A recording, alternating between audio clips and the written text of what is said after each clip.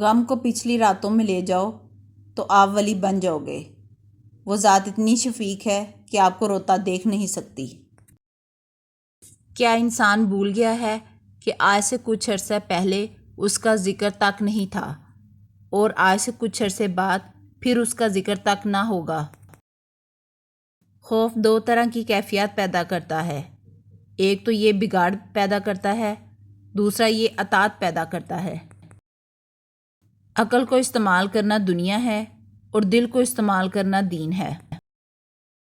قبر کا عذاب مسلمانوں کے لیے نہیں ہے۔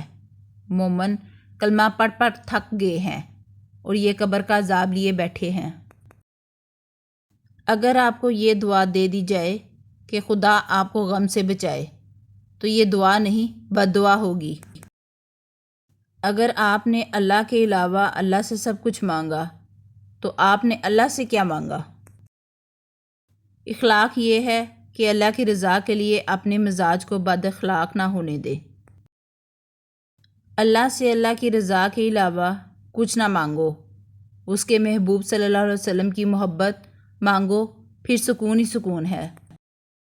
وظیفہ صرف شکر کا کیا کرو کہ یا رب العالمین تیرا شکر ہے۔ جب کوئی دقت ہو تو الحمدللہ پڑھنا شروع کر دیا کرو، اللہ تعالیٰ تکلیف دور کر دے گا۔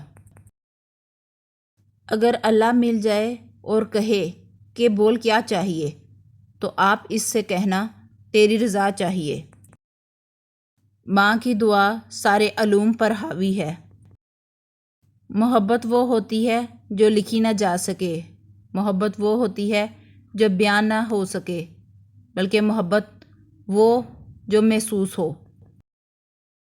جس کو احساس نہ جگائے اس کو کون جگا سکتا ہے؟ وہ آرزو جو باقی آرزوؤں کو کھا جائے وہ محبت ہے۔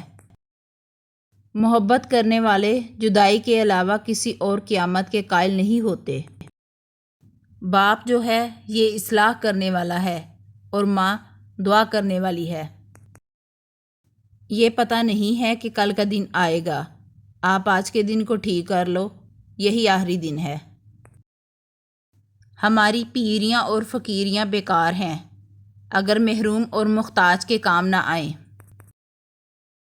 وہ آدمی جس کے لیے دنیا میں رہنا اور جانا برابر ہو وہ مومن ہے۔ اگر کہیں یہ شک بھی ہو جائے کہ یہ شخص اللہ کے قریب ہے تو اس شخص کے قریب ہو جاؤ۔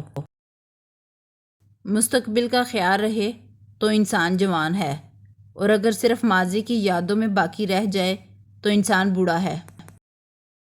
کیسے جانے کہ یہ دل والا عمل ہے اور یہ دماغ والا عمل ہے؟ تو یہ تو آسان سی بات ہے، جس میں آپ کچھ لینا چاہیں تو یہ دماغ والا عمل ہے، اور جس میں کچھ دینا چاہیں وہ دل والا عمل ہے۔ اہل دن اعصار کرتے ہیں جبکہ اہل دماغ حاصل کرتے ہیں۔ اللہ سے وہ چیزیں مانگے جو اللہ کی راہ میں خرچ کرتے وقت دقت نہ ہو۔ اللہ سے مانگی ہوئی نعمت اللہ کے لیے ہی وقف رہنے دیں، چاہے وہ زندگی ہی کیوں نہ ہو۔